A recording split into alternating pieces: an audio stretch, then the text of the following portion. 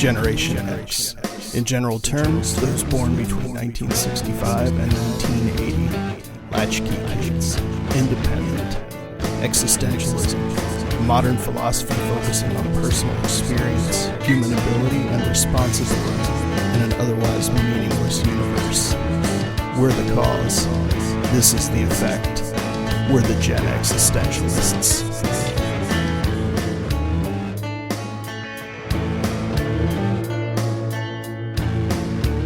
Welcome into the Gen Existentialist podcast. My name is Scott. And I'm Bunny. And in between shows, we usually record several shows at a time during a session.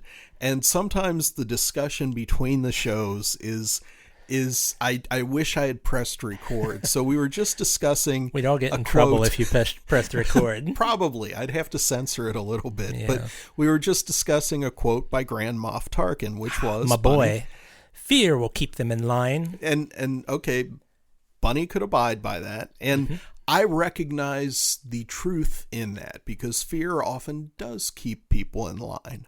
But I said, look at what happened to Grand Moff Tarkin. He got blown up with the Death Star, the first one, at the Battle of Yavin. Flee in our moment of triumph. See, and that's the thing. You can't take that philosophical bit and not take the ramifications of what comes with it. When you rule by fear, you will eventually get ousted. It can't be fear alone. Bah.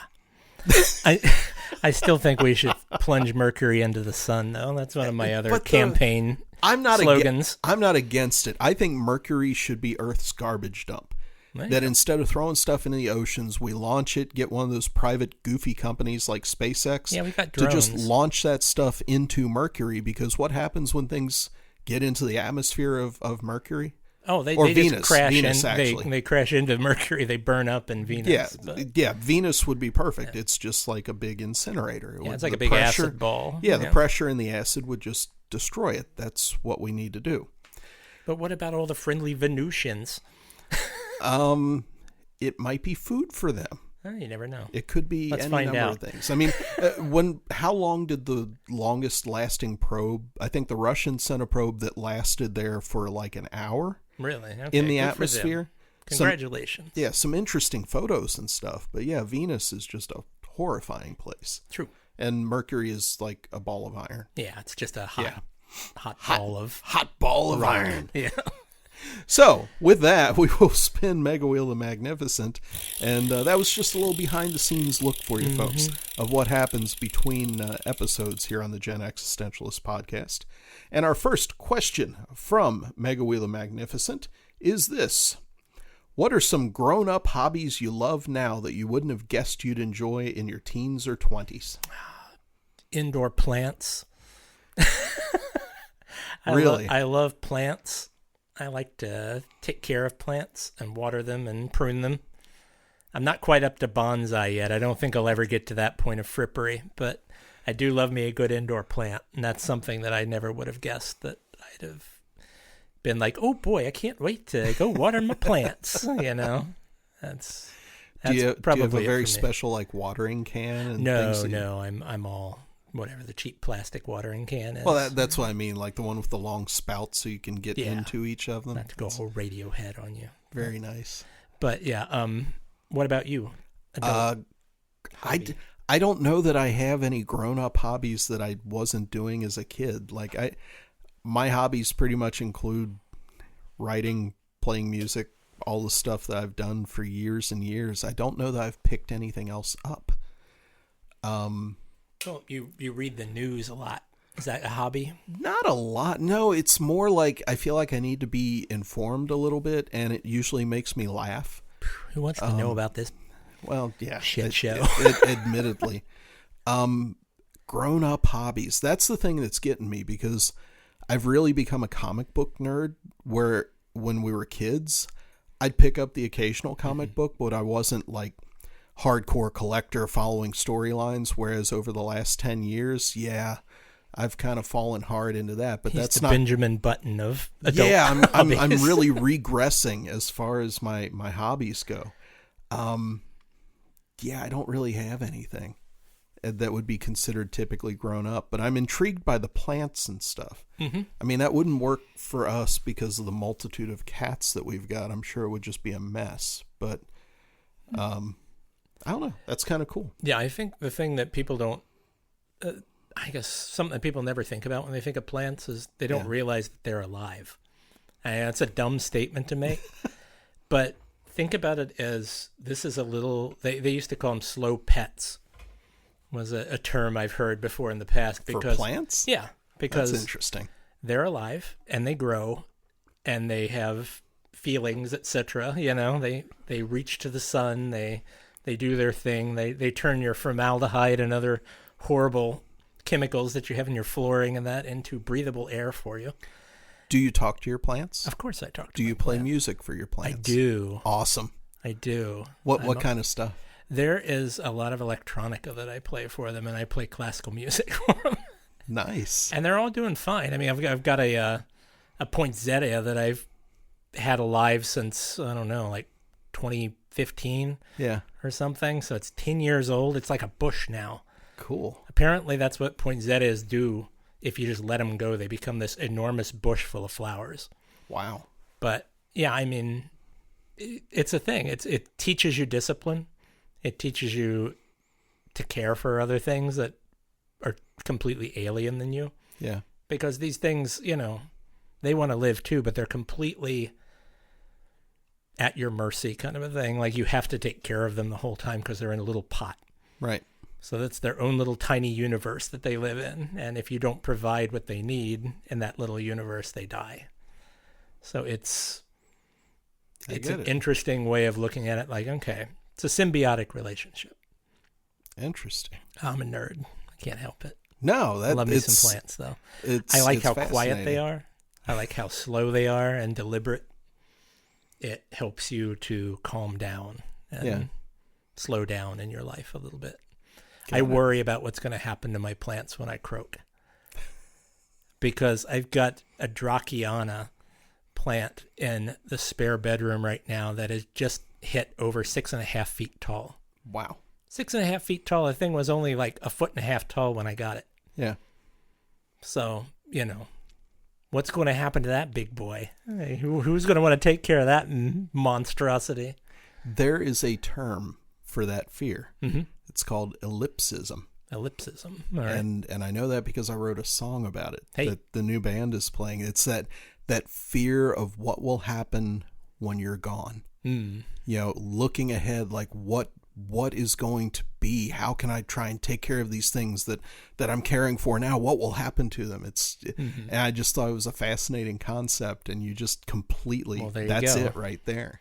You know, because I don't care about my bad movies and stuff. I know you guys will throw that right in the dumpster when I'm going. Along what are with all me. These DVDs? Yeah. Bleh. But yeah, some of these things are living creatures, and they deserve a little better than to just be left on the curb or, Have you written instructions out for? No, I haven't. Not willed my plants to anyone.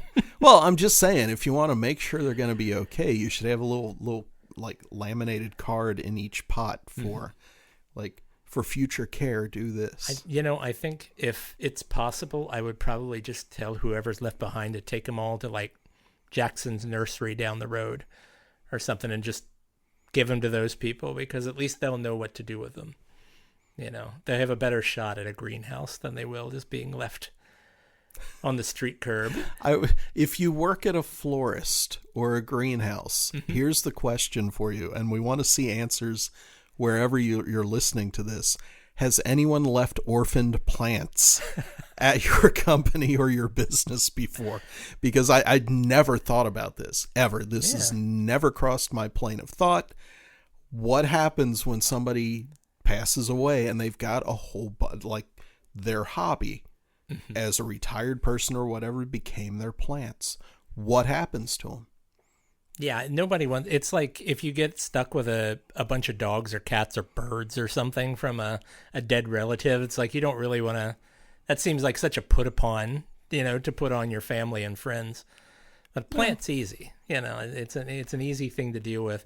But I don't want it to end up like there was a Simpsons episode where Monty Burns was trying to find an heir to his estate. And Smithers was like, well, I'm here, I'll take your stuff. And he's like, oh, no, Smithers, don't. I've got something much better planned for you. You'll be buried alive with me. It's like, yes. I don't want that to happen to these poor plants that did nothing wrong, And here's my rotting, mummified corpse in the corner of the room while my plants are desperately... Are we ready to close the casket? No, we got to put his plants in there. Just throw them in, just cover them with dirt.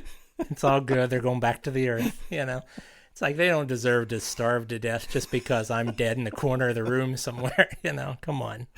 That's cruel and unusual punishment. I mean, at least a dog or a cat can eat your corpse if you croak when they're on watch. Back to food, back to the earth. And we will give Mega Wheel of Magnificent another spin. That was a fascinating little diatribe there. That was wonderful. Sorry, ladies, I'm taken. So our next question, holy crap, this is long. Okay. If a giant hamster ball replaced your living room couch, how would you entertain guests without losing them inside a rolling sphere? Well, because a sphere that large wouldn't fit through any of the doorways in my house anyway, so they wouldn't have far to bumble around, in their giant hamster ball. But is this a hamster ball or a hamster wheel? It says if a giant hamster ball replaced your living room couch, how would you entertain guests? That is a very stupid question. It is extremely. I would take it apart and take it outside, especially if it's at your house, and just get in the hamster ball, everybody, and then push them down the hill into the lake. Oh, there you go. And then watch them bob around for a while and eventually pull them out. Hope it doesn't sink. That sounds like a good idea. And if it sinks, well, the turtles will have a meal. That's right. Yeah, that was not a particular. Thanks, Meg. Yeah, Meg screwed us on that one. Yeah. Meg sat on us on that one. So we will give Mega Wheel of Magnificent another spin. And what we have this time is, if you could live anywhere in the world but had to remain clothing free all the time, where would you choose? That's another stupid question, because you're going to end up living in jail in most places if you're living clothing free. Yeah. I mean, I don't know, maybe the moon. I don't know. Yeah. You would think an equatorial country, but where can you live clothing free? You're going to get sand fleas in your hoo-ha. And we'll give Mega Wheel the Magnificent another spin. It's time to. This episode will be called Cleaning Out Mega Wheel, because if this one dumb questions. If this one isn't any better, we're going to do a rapid fire instead. Right. I think we've had this before. What was your absolute favorite TV show growing up? There's so many. Absolute favorite. The one. If you had to watch one TV show for an entire week, what would it be? Doctor Who. Okay. The original, third and fourth Doctor. Okay. I'd probably do that. I watched those growing up, and I never missed one. That was one of those shows that I always made time for. How about you? If I had to pick just one, it would probably be MASH. All right. And if I could have a couple alternate choices, I would probably go Barney Miller or Mr. Rogers. All right. Mr. Rogers' Neighborhood. Just because it'd be fun and entertaining and comforting all at the same time. Well, I want you to know I have acquired the entire run of Mr. Rogers from 1967 to 2000, whatever it was, 3 or whenever. That's awesome. So if you want a copy, let me know. I absolutely do. I'm not a piracy service. That does not go for everyone out there. But the man sitting across from me, if you want. Yeah, my birthday's coming up. That's so right. DVD copies of those would be a just chef's kiss. Perfect present. Do you want to go ahead and do a rapid fire anyway? Oh, why not? Okay. Give me a number between 1 and 34 and recognize that we have already killed 4 of these off the list. So I may take one before after. 8. 8 is still in the running. Ha. And number 8 is sports and activities. I picked the best categories for me. I hate sports. Yeah, it's just wonderful. All right. Okay, ready? Rapid fire. Mm-hmm. Skateboarding or BMX biking? BMX. Tennis or basketball? Tennis. Roller skating or roller blading? Roller skating. Dodgeball or kickball? Kickball. Ping pong or foosball? Foosball. NFL Blitz or NBA Jam? NFL Blitz. Summer Olympics or Winter Olympics? Summer Olympics. Hockey or baseball? Baseball. Boo. Wiffle ball or football? Wiffle ball. Pogs or Tamagotchi? Tamagotchi. That's under sports and activity. Yeah, I don't know how Pogs Wow. and Tamagotchi got in there. I like to push buttons. What can I say? I don't know if any of them really surprised me.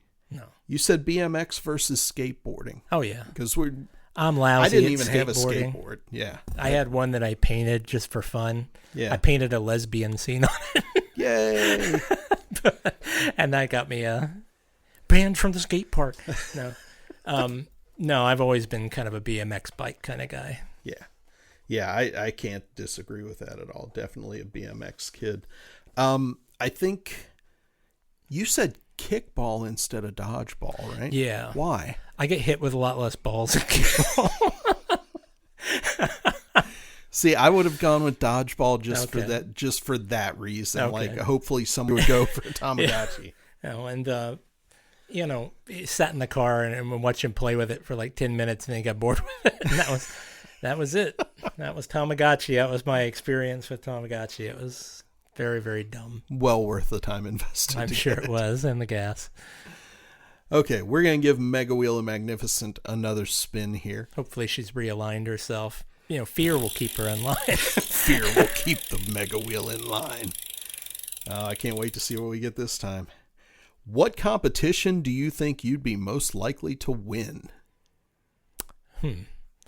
What competition would I be most likely to win? It would probably be like super obscure B-movie trivia. Yeah, absolutely. Maybe the person who could sit through the most shot on video films without wanting to like claw their eyes out in one sitting. Kind of like those dance competitions they used to have back in the 50s where people would just ballroom dance until they fell over. Yeah. That's like me with incredibly trash cinema, He's at 2.5 weeks and he's not slowing down. We can't find any more movies. He's just endure. going. Yeah. How about you, sir? The reason I like watching and I'm a fan of like hockey and football, like soccer, is because that's where I get my competitive nature out. I am so anti-competition at this point in my life. I used to be really competitive, like games and stuff like that. So I don't know that I would ever even enter a competition. And I don't know what I would win. And part of that comes from the fact that every sport I ever played, I was so completely mediocre at.